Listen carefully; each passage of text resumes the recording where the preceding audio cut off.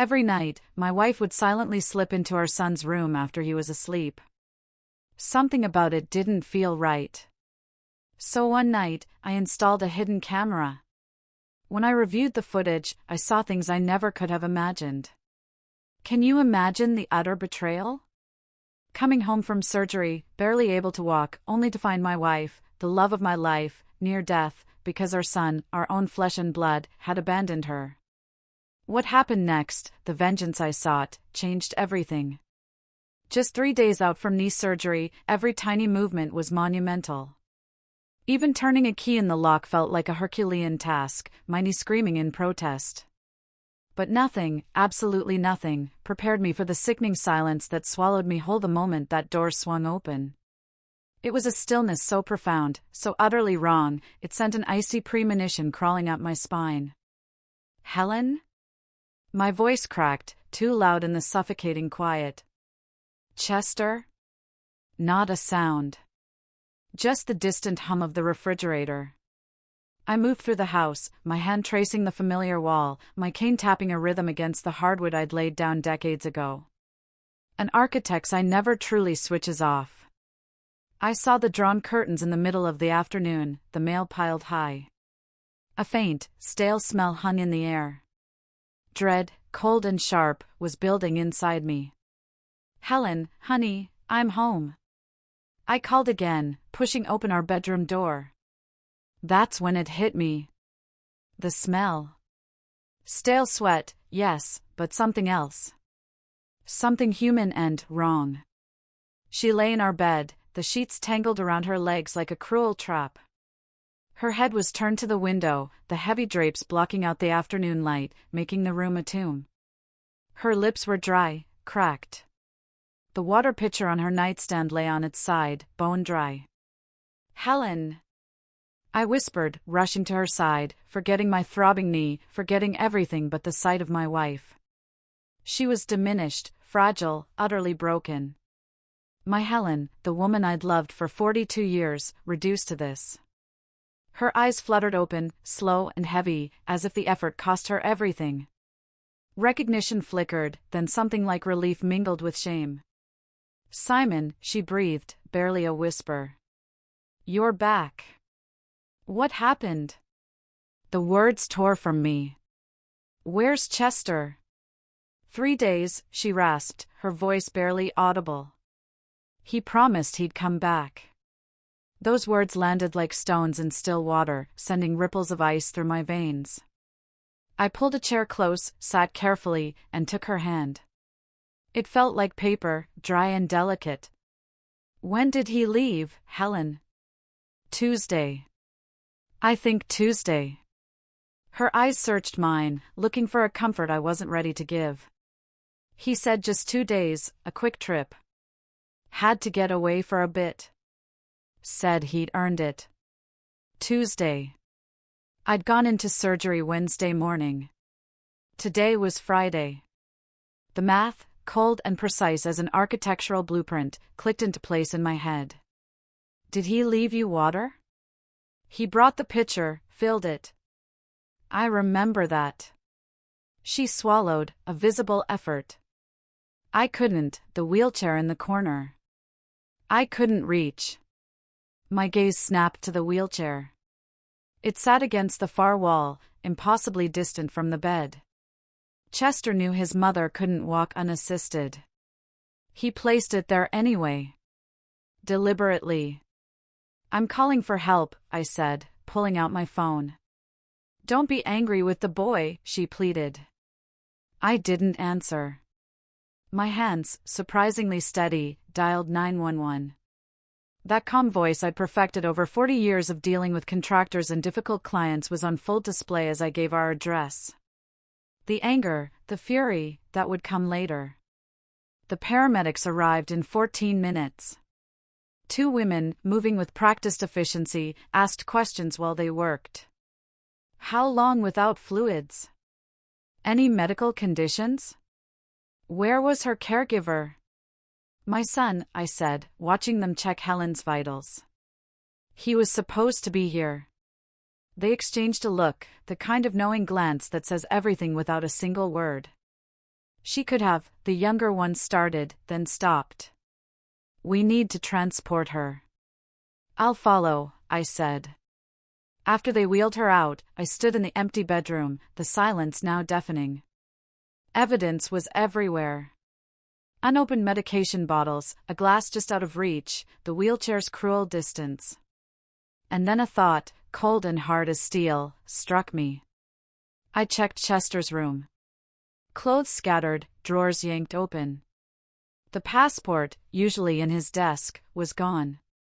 I knew because I'd seen it there last week. As I came back down the hall, the front door opened. Mrs. Patterson, our neighbor, stood there with a casserole. Simon, you're back.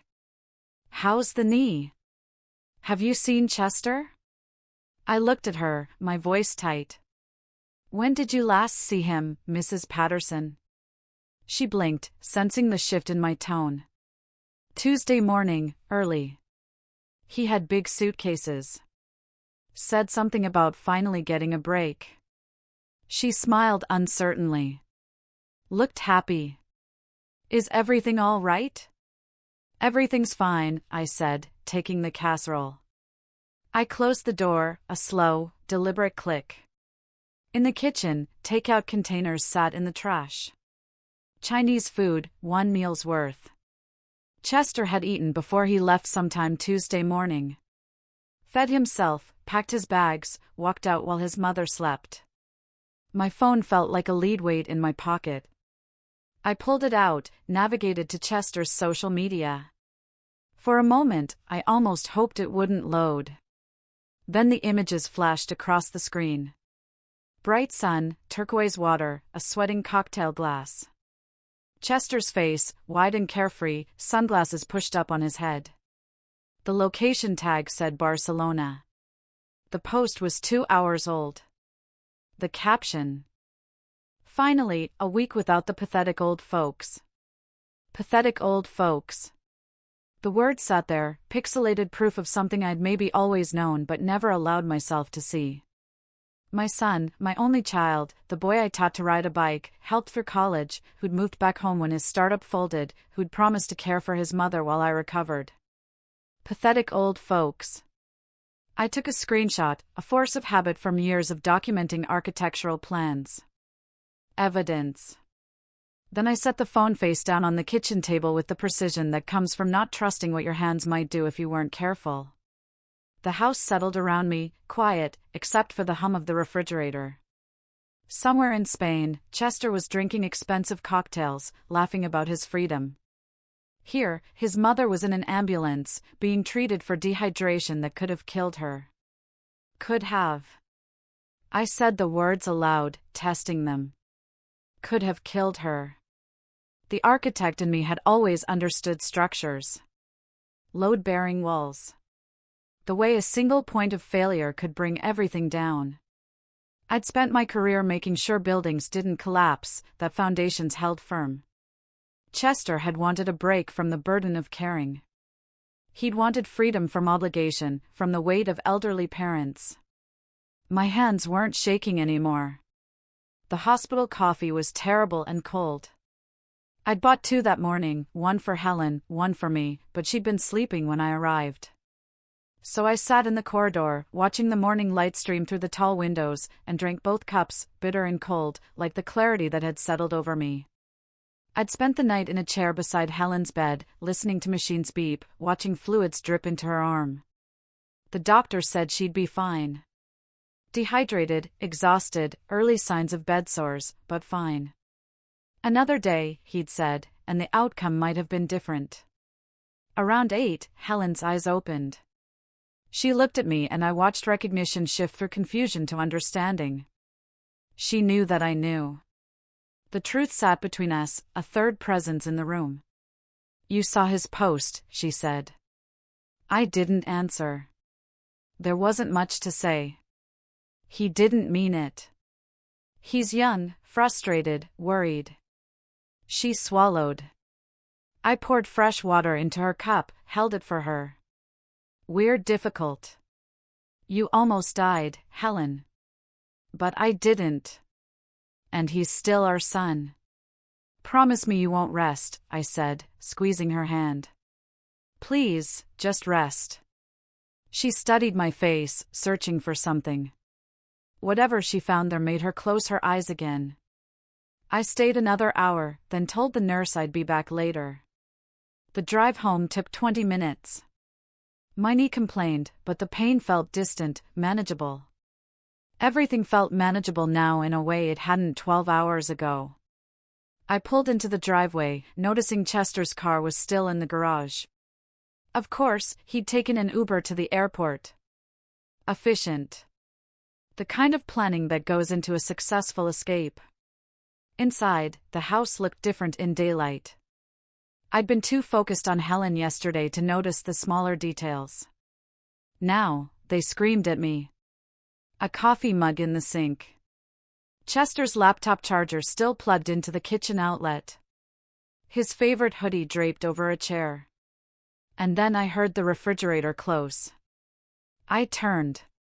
A woman stood in my kitchen, holding a yogurt and one of Helen's good silver spoons.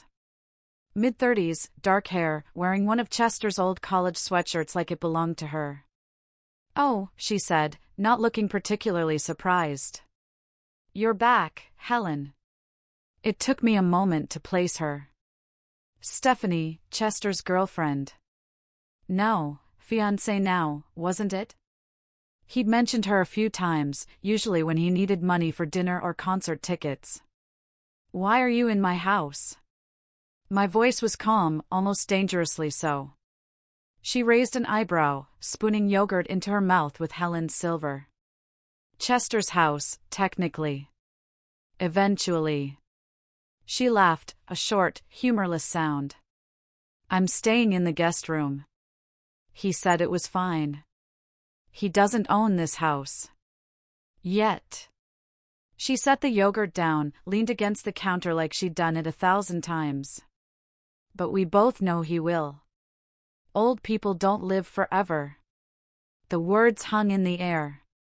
A vile, entitled declaration.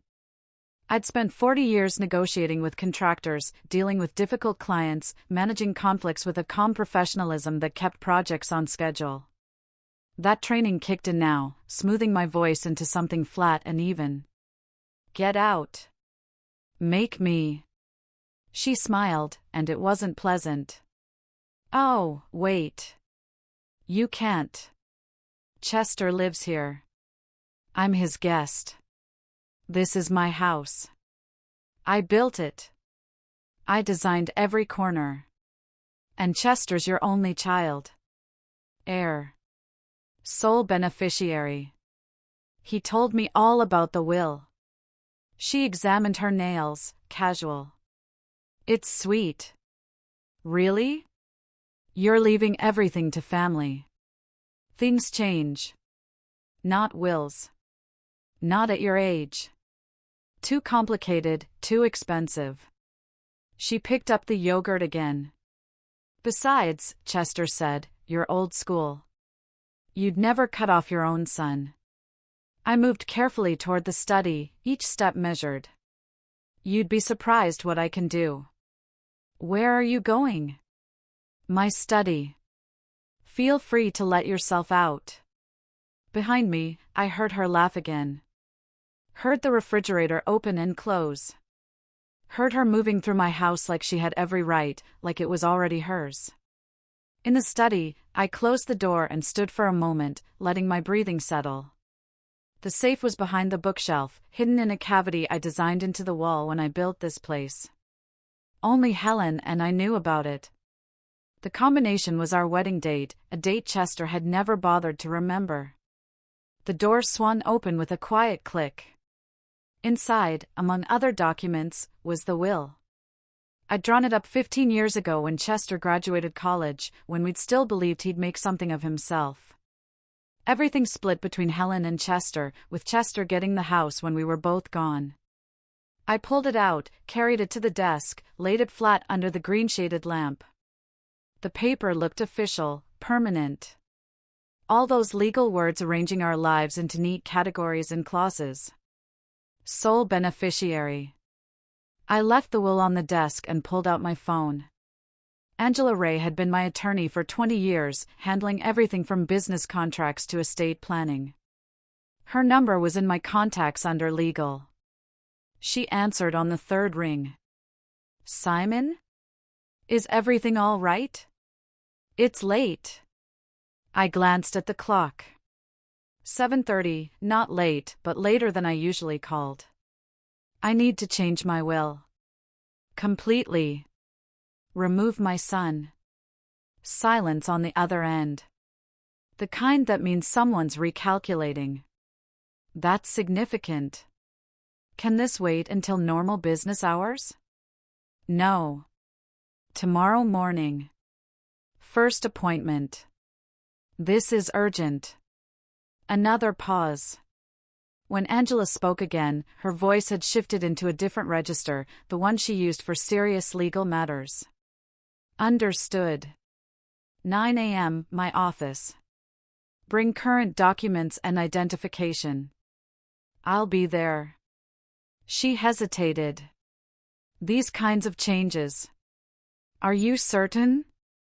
I've never been more certain of anything. After I hung up, I sat in the darkness of my study, the will still on the desk in front of me, Stephanie's movements audible somewhere in my house. The document represented 40 years of building something. Of believing family meant protection and continuity. Chester had been the foundation of that belief. Foundations could be rebuilt. I'd done it before, with buildings that needed saving. You exposed the damage, cut away what was rotten, and poured new concrete. By this time tomorrow, that piece of paper would mean nothing. And Chester, he'd finally gotten his break. Permanent. Angela Ray's waiting room smelled like leather and old money. I sat in one of those expensive chairs that made you feel important, or at least like your problems were worth expensive solutions. I'd arrived 15 minutes early. The manila envelope on my lap contained everything. Screenshots printed in color, Helen's hospital discharge summary, the old will with Chester's name highlighted. My knee throbbed, a dull reminder of surgery that felt like it had happened months ago instead of days. She's ready for you, Mr. Watkins. Angela's office was exactly what I'd expected. Professional, efficient, the kind of space where serious things got done. She stood when I entered, shook my hand with the right amount of firmness. Simon, please sit. Tell me exactly what happened. Start from when you got home. I arranged the documents on her desk in chronological order. Timeline first, medical records second, social media evidence last. The architect in me couldn't help but organize things logically, even when the content made my stomach churn. I found my wife dying. My son was in Barcelona, posting vacation photos. Angela picked up the printed screenshots, studying them with the neutral expression lawyers perfect over years of hearing terrible things. These are remarkably callous. That's my son. Or who he's become. I tapped the hospital summary. She was alone for 3 days. No water, no medication. Could have died, but didn't. No thanks to Chester. Angela set the papers down, folded her hands on the desk. You want him removed from your will? I can do that. But first, let me show you something better. For the next hour, she walked me through Florida state law. Simple will changes, she explained, invite contests after death. Unhappy heirs can tie up estates in probate for years, especially if they claim undue influence or mental incompetence. What's the difference between changing the will and creating this trust you're describing? A will can be contested for years. A trust is immediate. Irrevocable in effect. She pulled a legal pad closer, sketched a simple diagram. You transfer assets now, control them while you're alive, designate beneficiaries who receive everything automatically upon death. No probate, no contest period. He can't fight what's already done. I took notes, treating this like a construction project.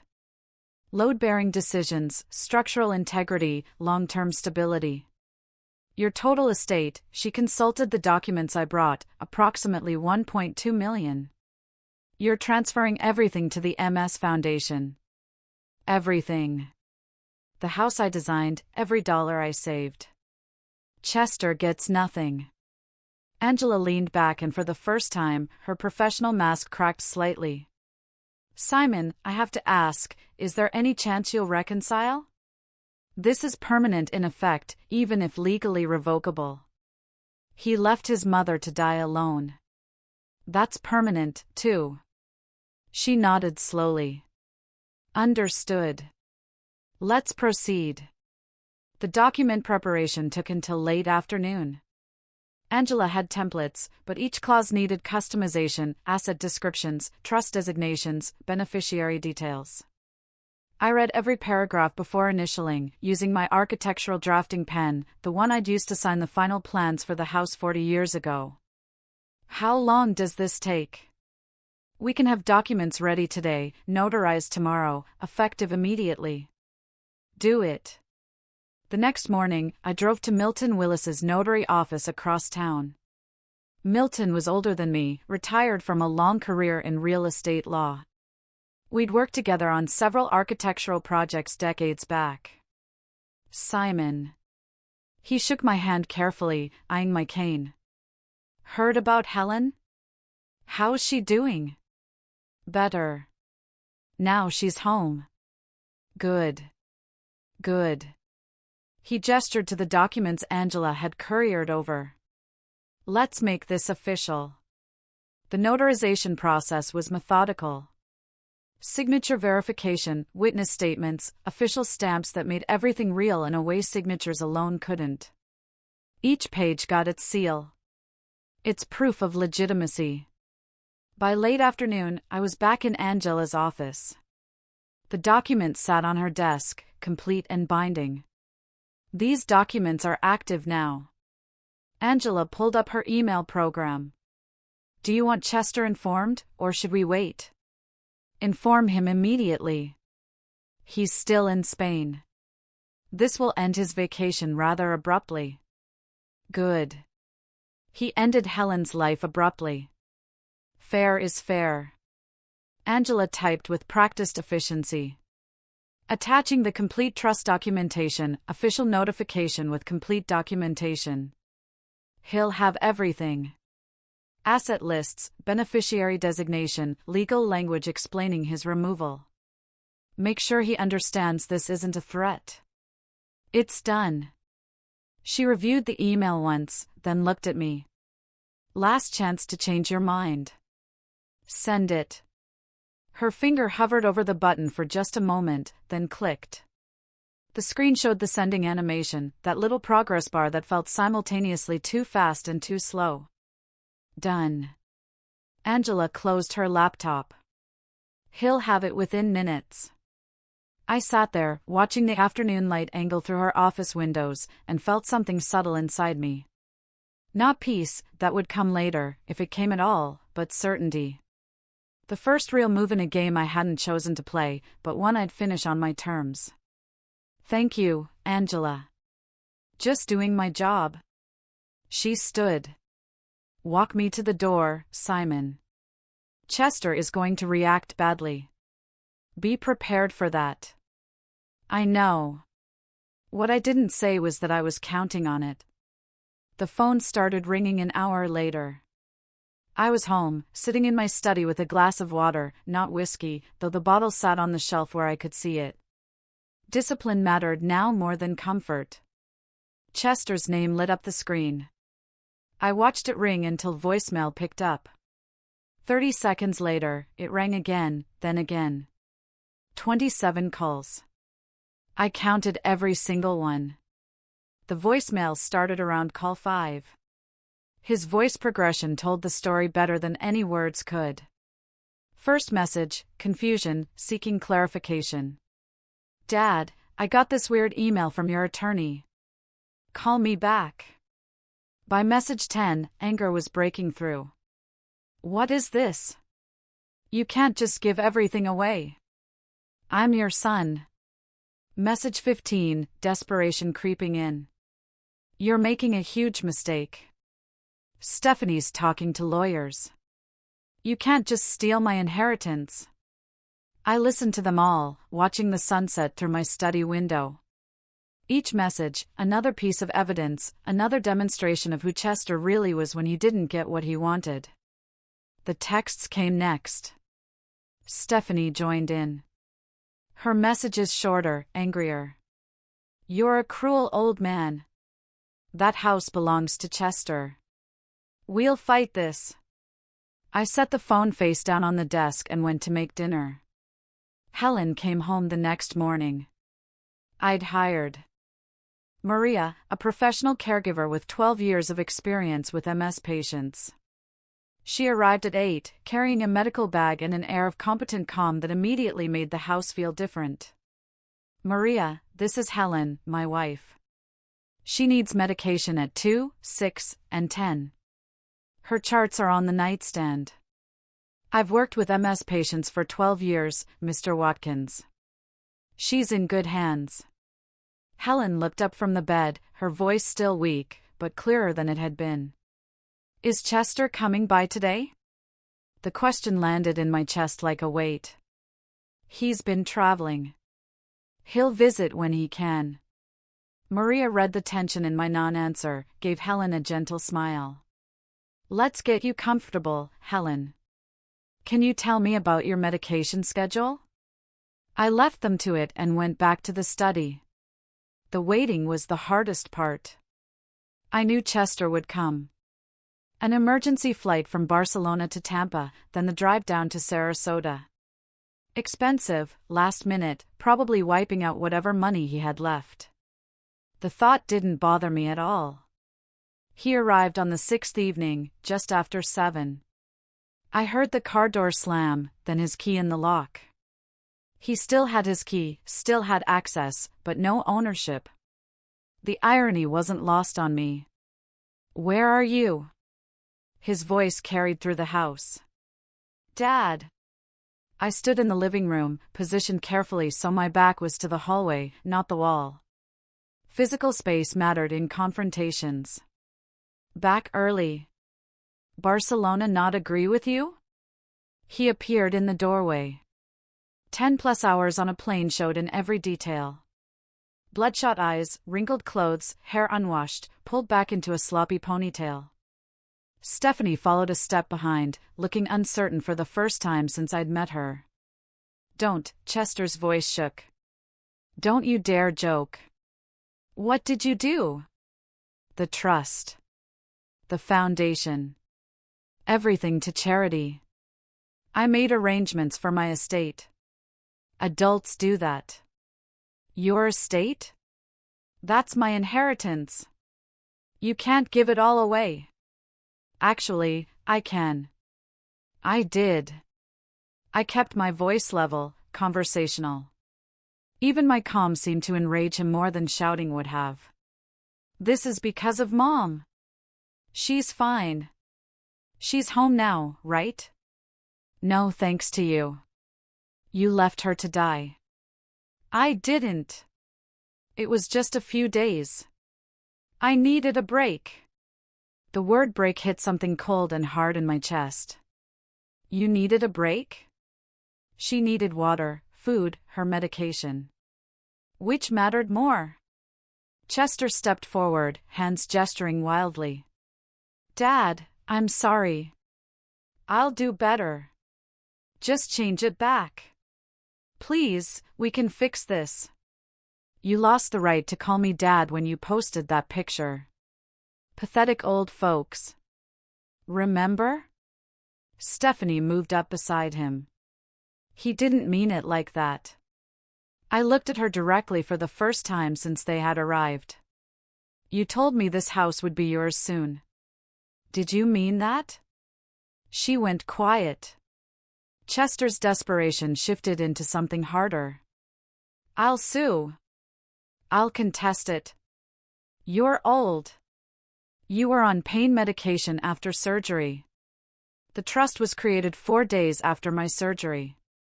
I was fully lucid.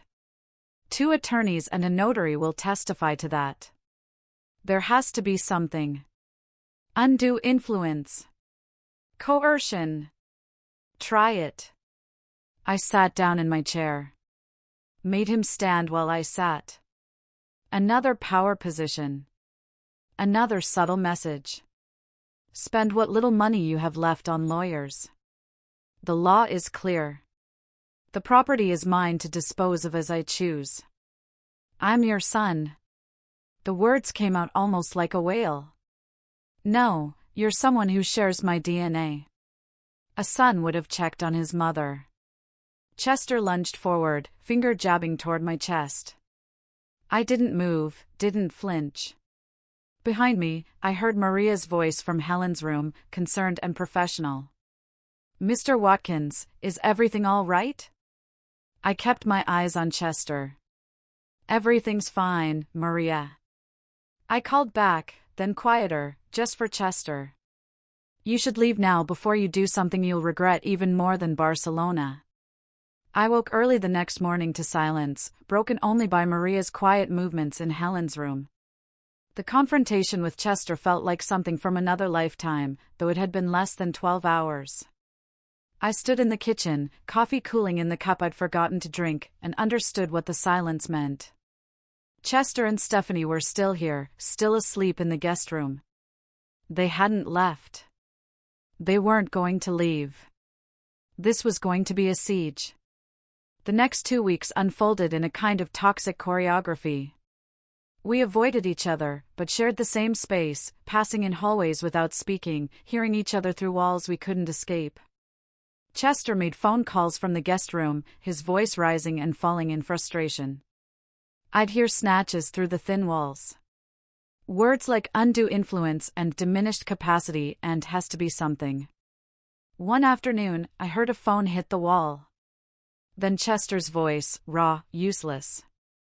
All of them. Stephanie played music loudly. Left dishes in the sink. Trapped mud across floors Helen had kept pristine. Passive-aggressive warfare. The kind that can't quite be called out but grinds on you. I focused on Helen. Spent hours in her room while Maria worked, reading to her from old architectural journals she used to tease me about. Still boring after all these years, she'd say back when she could. Now she just lay there, eyes closed, breath shallow. Maria pulled me aside one morning in mid-February. Her vitals are stable, but she's fading. It's not dramatic, just gradual. I knew. Had known for days, maybe weeks. The way Helen squeezed my hand had changed. Less strength, more desperation, like she was trying to hold on to something slipping away. Simon, her voice barely a whisper one evening. I'm here, right here. Chester. Don't be too hard. I paused, choosing my words carefully. Rest now. Everything's handled. Her fingers tightened weakly around mine. Love you always. Always. Sleep now, she did. For the next 2 weeks, she slept more than she woke. Ate less, spoke not at all. Maria updated me daily with the clinical details, but I could see it myself. Helen was leaving. One breath at a time. March 2nd, early evening. Maria appeared in my study doorway. Simon, now. I followed her to Helen's room. The change in breathing. I'd heard about it, but experiencing it was different. Shallow, irregular, like her body had forgotten the rhythm. I sat beside her, took her hand, talked quietly about our life together, the house I designed for her, the way she'd always known when I needed coffee. 42 years of small moments that built something larger than either of us alone. She didn't respond, didn't open her eyes, but her hand stayed in mine. Then, without drama or gasping, the breathing stopped. Just gradual stillness, then silence. Maria checked her pulse, looked at me, shook her head gently. I sat there for an hour, still holding Helen's hand, before I called the funeral home. Chester and Stephanie were somewhere in the house. I'd heard the television earlier. I didn't tell them. Not yet. Not until I'd made the arrangements, chosen the casket, handled the details with the calm precision Helen would have expected. The funeral was 4 days later. A small service at a local facility, just the space, nothing else. 10 people attended, elderly neighbors, a few of Helen's former co-workers. Maria. I delivered a brief eulogy about Helen's strength and grace. Kept it together, because falling apart wouldn't honor her. Chester arrived late, stumbling through the door, with Stephanie trying to support him. The smell hit me before I saw him. Cologne, failing to mask alcohol. He pushed past me toward the front of the room, grabbed the podium for balance, knocked over a flower arrangement. She was my mother, best woman. His voice broke. I loved her. I approached quietly, put my hand on his elbow. Chester, this isn't the time. Please go. He jerked away. You don't tell me. She's my mother and you left her to die. Everyone here knows it. Leave with some dignity. You turned her against me. You poisoned, I'm asking once more. Leave now. Mr. Patterson and another neighbor were already moving forward. Come on, son. Let's get you some air. Chester let them lead him out, still protesting. Stephanie followed, not looking at anyone. The service continued. We buried Helen under oak trees she'd admired. I placed a single rose on the casket before they lowered it. The week after felt longer than the 2 weeks before. Chester and Stephanie avoided me more, if that was possible. I processed my grief privately, sitting in Helen's empty room, going through photos with methodical care. Young versions of us stared back, full of hope and plans and the kind of naive certainty that life would work out. I placed the photos in a box, closed it, filed it away properly. Then I went to my desk, pulled out Angela Ray's business card, and picked up the phone. Angela answered on the second ring. Simon, I'm so sorry about Helen. I saw the obituary. Thank you. I appreciate that. I paused, looking at the guest room door down the hall. I need your help with something else now. Chester and Stephanie are still living in my house. They won't leave. Papers rustled on her end. Okay. Florida law is clear here. You need to serve them formal notice. 15 days to vacate. After that, if they refuse, we file eviction proceedings. How long until they're physically out of my house? Realistically, if they don't leave after the court orders it, sheriff's removal takes a few days. 6 weeks total from today. 6 weeks. 6 more weeks of footsteps overhead, of hostile silences, of Stephanie's music and Chester's late-night drinking. Then we do it right. Start the paperwork. The notice went out March 11th by certified mail. Milton Willis handled the sending. Everything documented, trackable, official. Chester signed for it on the 12th. I know because I had the tracking number. Watched it update online. Delivered. Signature required. Received. I heard him crumple the notice, throw it across the kitchen. Evict me? Your own flesh and blood? I didn't look up from my newspaper. My flesh and blood left his mother to die. The courts don't care about DNA. Where am I supposed to go? We have no money. You had money for Barcelona. Figure it out. Stephanie tried diplomacy for the first time since Helen's death. Simon, please. We can pay rent. We'll contribute. No. This isn't negotiable. You have until the 26th. I marked the calendar in my study. Each day, a small X, March 14th, 15th, 16th. The house felt like it was holding its breath, waiting. They didn't leave. March 26th came and went. I took photos through my study window. Chester's car in the driveway. Lights on in the guest room. Documentation. Mrs. Patterson from next door signed a statement confirming their continued presence. I called Angela the next morning. They're still here. You want to proceed with the lawsuit immediately? You've documented everything. Okay, I'll file tomorrow morning. You'll need to be present for the hearing. I wouldn't miss it. The lawsuit filed March 27th.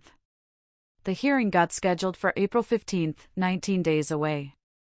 The legal machinery had started grinding. Slow, but inexorable. April 1st, a process server appeared at my door. Professional woman, clipboard and legal papers. Is Chester Watkins present? Guest room down the hall. She knocked. Chester opened the door, shirtless, confused. She handed him the papers. You've been served. Have a nice day. He stood there holding them, reading, his face going through stages of disbelief. You're actually suing me? Your own son? You made your choice in Barcelona. I'm making mine now. Mom would be ashamed of you. I finally looked up from the newspaper I'd been pretending to read. Your mother asked me not to be too hard on you, but she also asked you not to leave her alone. We both broke promises. He retreated to the guest room. I heard raised voices. Stephanie's frustrated tone. Chester's defensive responses. April 5th, Angela called. You got countersued. My stomach clenched, but I wasn't surprised. Chester's claiming you were mentally incompetent when you created the trust. I'd been expecting this. Desperation makes people predictable. I was 4 days post-surgery. Knee replacement, local anesthetic, some mild pain medication. Were you impaired during our meeting? You were there, was I? You were sharper than most clients. Her voice carried certainty. We have witnesses. Me, Milton, my paralegal. Plus, video timestamp from office security showing you lucid and deliberate. So, he can't win. He can try. But this is desperation, not a legitimate legal strategy. It'll fail. Question is whether you want to countersue for frivolous litigation. I considered it. More legal fees for Chester. More pressure, more consequences. Let's see how the eviction hearing goes first. Fair enough. Start gathering every piece of documentation you have. Medical records, pharmacy receipts, anything proving you were clear-headed after surgery. Already done. I had boxes organized by date in my study, every prescription, every follow-up appointment, every lucid conversation documented in Maria's care notes. Of course you do. Angela actually laughed. Simon, we're going to bury this claim and then we're going to bury him in that eviction hearing. I smiled for the first time in weeks. That's the plan. I stood in my closet the week before the hearing, selecting a suit. Navy blue, conservative, respectful. Not for Chester, for the judge. On my desk sat 3 binders, witness statements, medical records, timeline documents. Angela had called my preparation overkill. I'd called it architecture. Every detail mattered when building a case. April 15th arrived with Florida sunshine and the kind of clarity that made everything sharper. The Sarasota County Courthouse smelled like floor polish and anxiety. Angela and I arrived 30 minutes early. Chester and Stephanie showed up 12 minutes late, trailing a young attorney who looked fresh from law school. Judge Martinez was middle-aged, efficient, the kind of person who'd heard every excuse twice. She read through the filings quickly while we waited. Mr. Watkins, you're evicting your son from your home. Can you explain why? I kept my voice level. Your Honor, Chester Watkins abandoned his bedridden mother for a vacation overseas. She nearly died from neglect. He's not my son in any meaningful sense anymore. Chester's attorney stood quickly. Objection. Irrelevant to the eviction proceeding. Overruled. Judge Martinez didn't look up from the documents. It establishes why there's no informal family arrangement. Mr. Watkins has legal right to his property. Angela presented our case like she was building a wall brick by brick.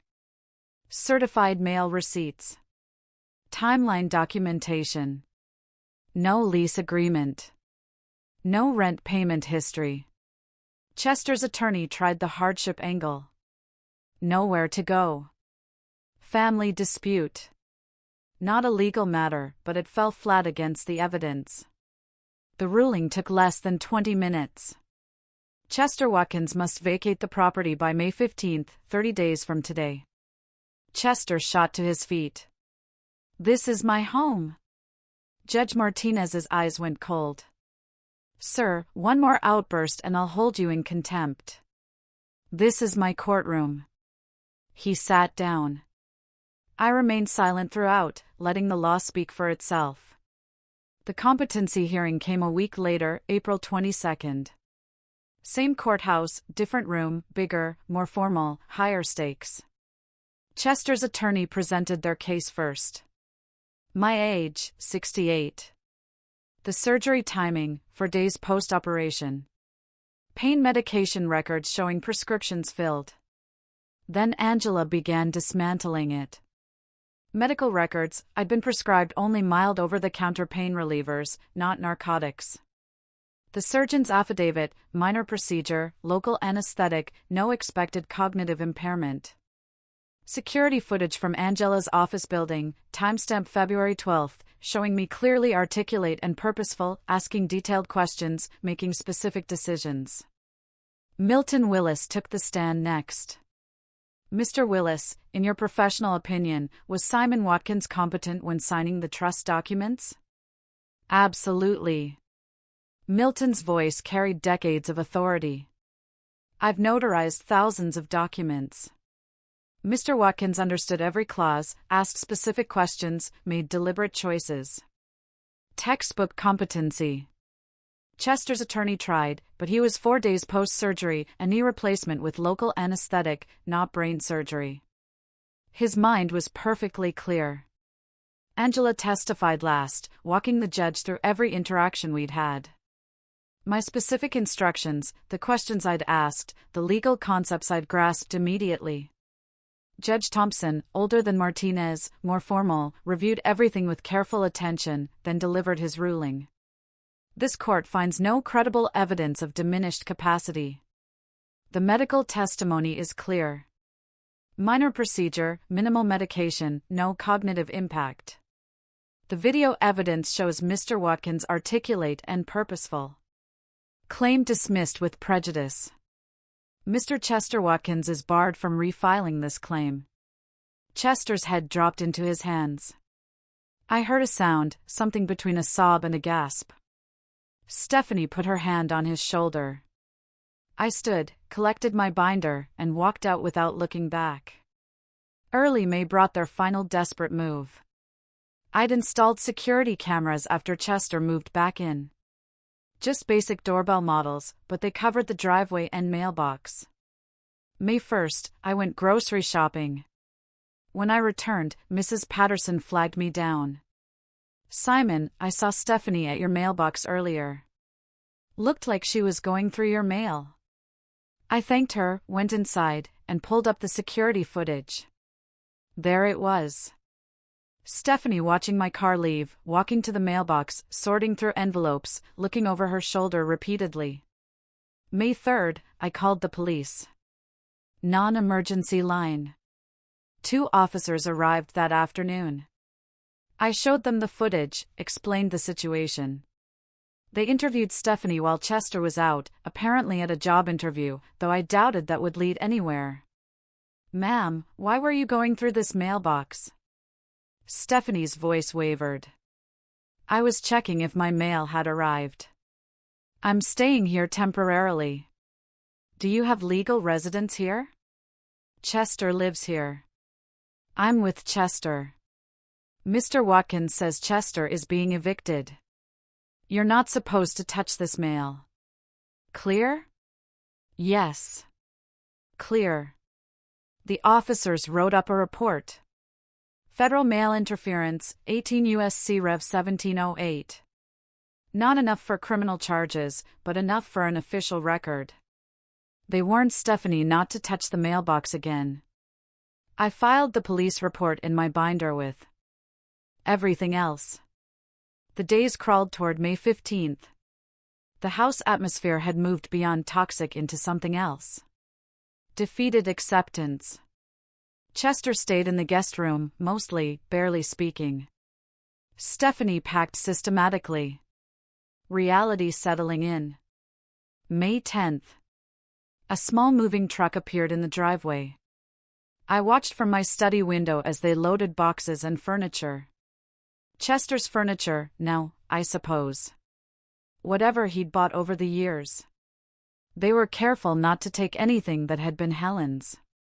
The day after Chester moved out, I sat in my study with a private investigator's report. I'd commissioned it back in April during the court battles. $800. Money well spent for information Chester never knew I was gathering. The report was thorough.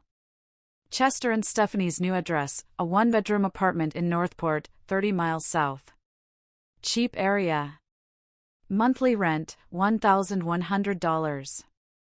Stephanie's new job, retail at a department store, $13 an hour.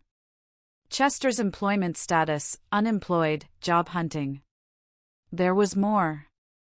The house I'd given Chester 5 years ago, the one he lost to a property owner named Herman Olson in a poker game. The PI had tracked that down, too. Herman Olson, 53, professional gambler, owned 6 rental properties across Bradenton. Lived at 847 Palm Avenue. I had spent the week planning. Now, May 20th, I drove north toward Bradenton. Herman's house was nice. 2-story Mediterranean style, well-maintained yard, expensive cars in the driveway. The kind of home that came from successful business, whether legal or not. He answered the door himself. Big man, solid, with the kind of handshake that meant something. Mr. Olson, I'm Simon Watkins. I believe you won a house from my son in a poker game. He studied me for a moment, then nodded. Come in. His living room was comfortable, professional. I noticed the poker table visible through an archway. Green felt. Good lighting. This was where Chester had bet everything on nothing. Your son's a terrible poker player, Herman said, pouring coffee I hadn't asked for. Worst I've seen. He's terrible at a lot of things.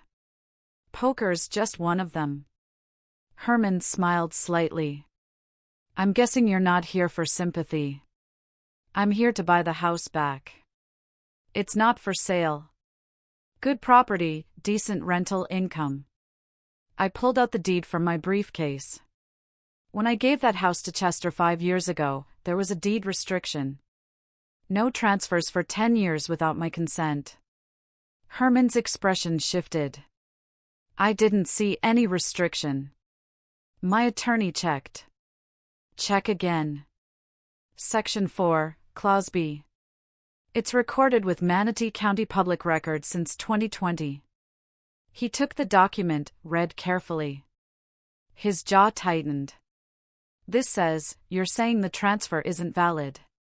I'm saying you're holding property you don't legally own, which makes this conversation very important for you. A silent stretch between us. I watched him calculate, the way good poker players do. If what you're saying is true, why offer to buy it?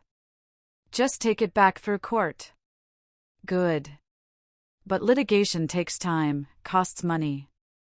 I'm offering you a clean exit. $320,000. You walk away whole. I paid more than that. Chester's debt was $360. Chester's debt isn't my problem.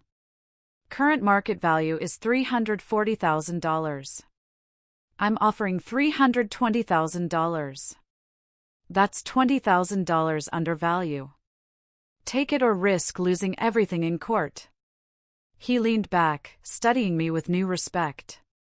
You've got steel, old man. All right, $320,000. 2-week closing. I'll have my attorney draw up the papers. We shook hands again. This time it felt different. Two men who understood the game, even if we'd been on opposite sides. He said this house was his future, Herman said as he walked me to the door. Bet it all on a pair of eights. That sounds like Chester. Betting everything on nothing. You're cleaning up his mess. That's rough. I'm done cleaning up after him. This is the last one. I drove back to Sarasota with the windows down. Warm air filling the car. Herman would have his attorney contact Angela by end of week. 2 weeks after that, I'd own both houses, the one I'd built and the one I'd foolishly given away.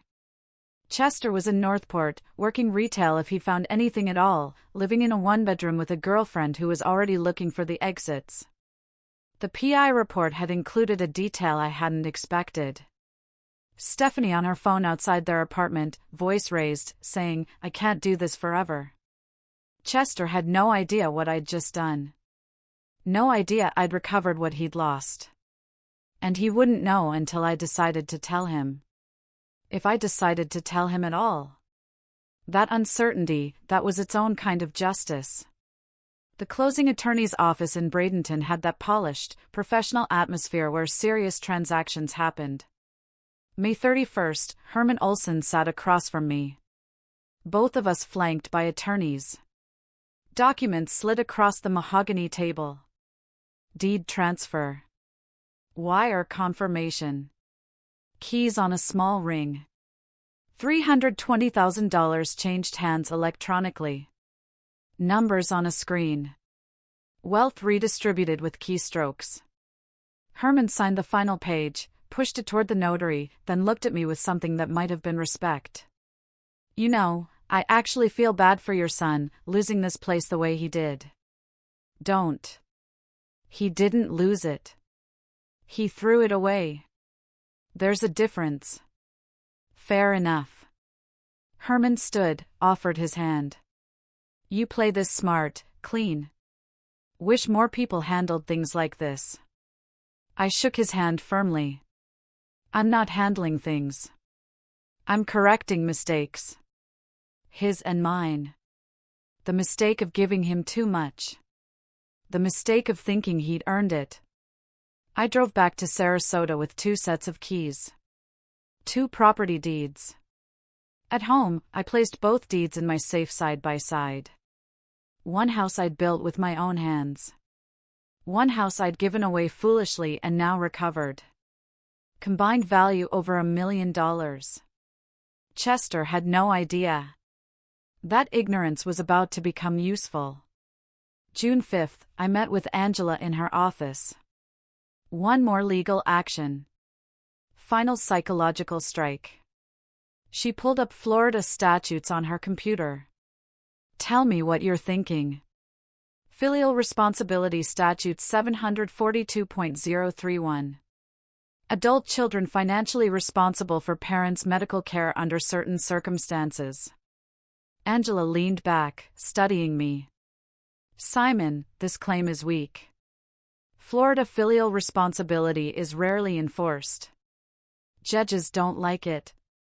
You paid for Helen's care voluntarily. Hard to prove necessity under the statute. You likely can't win this. I don't need to win. I need him to think he could lose. Understanding crossed her face.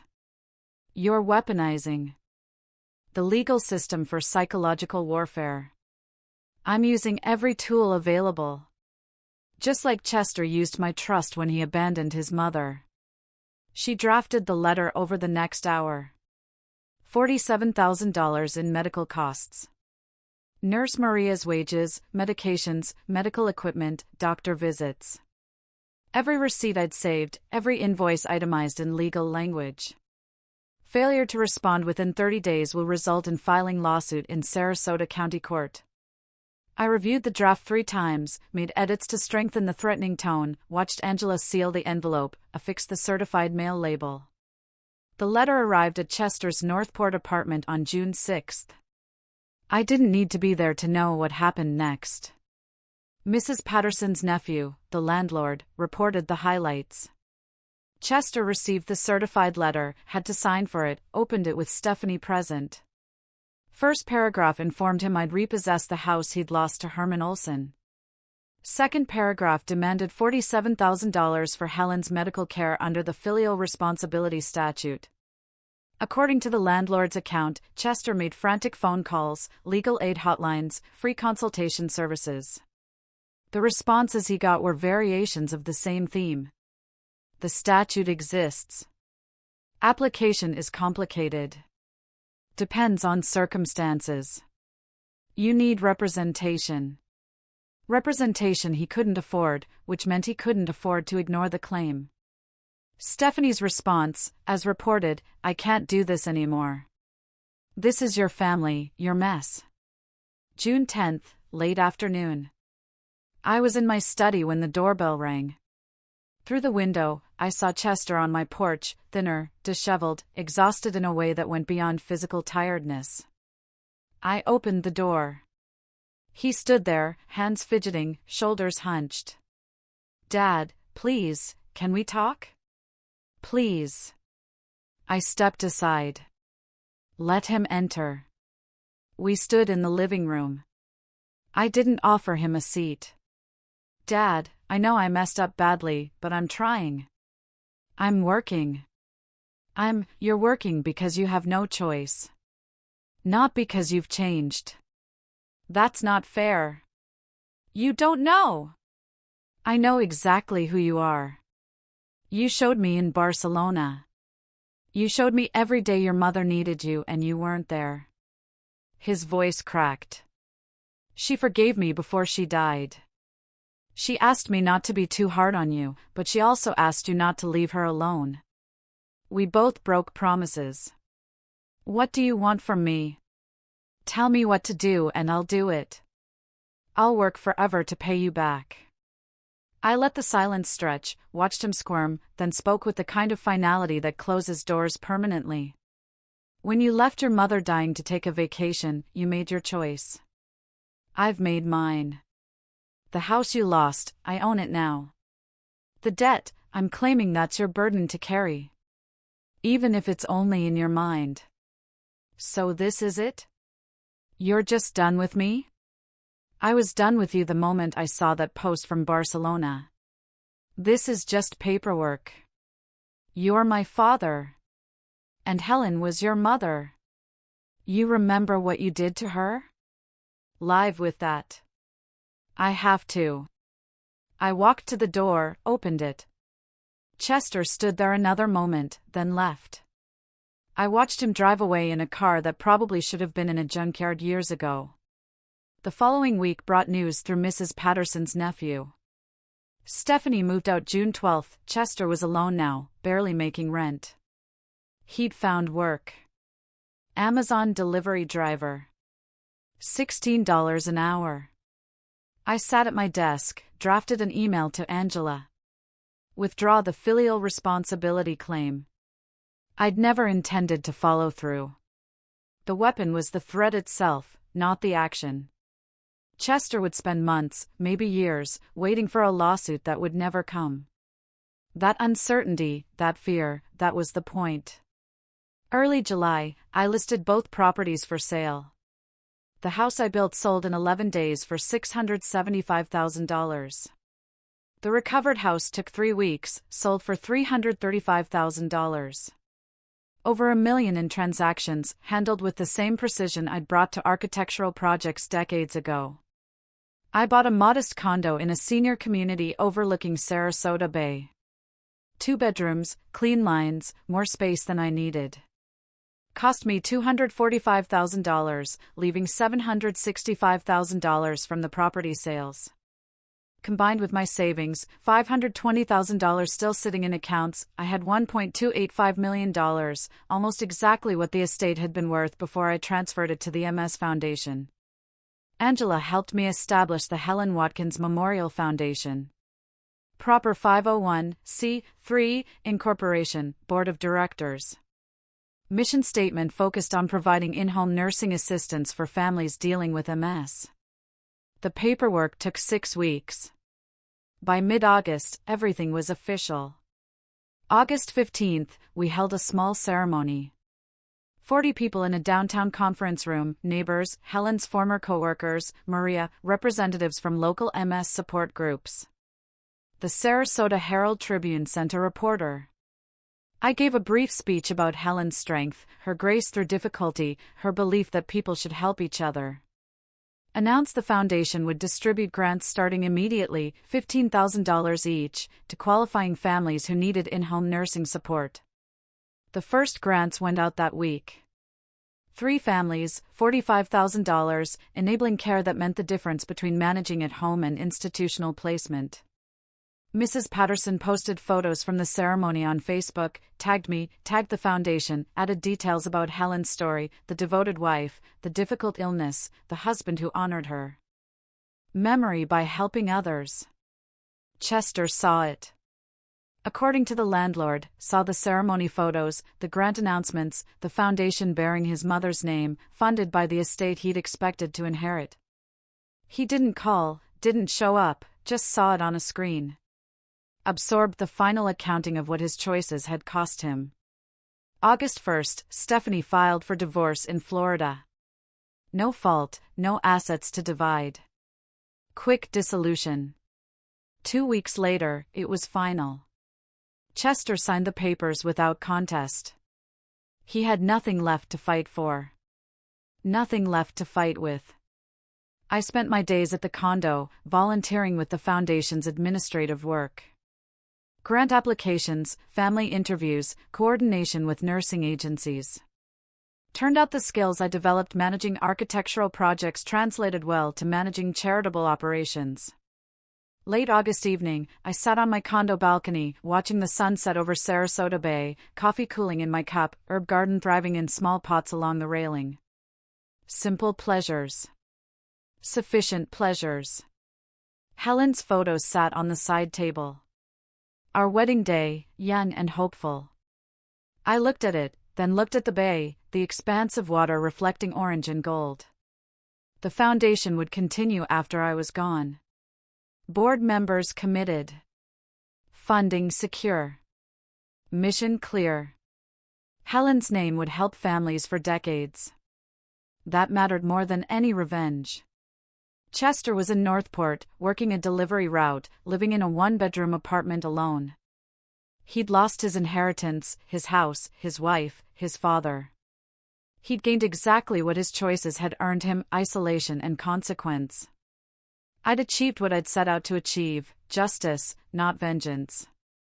Punishment proportional to harm. Helen honored, not through bitterness, but through purpose. The sun touched the horizon. Light spreading across the water in patterns that seemed deliberate but were just physics and circumstance.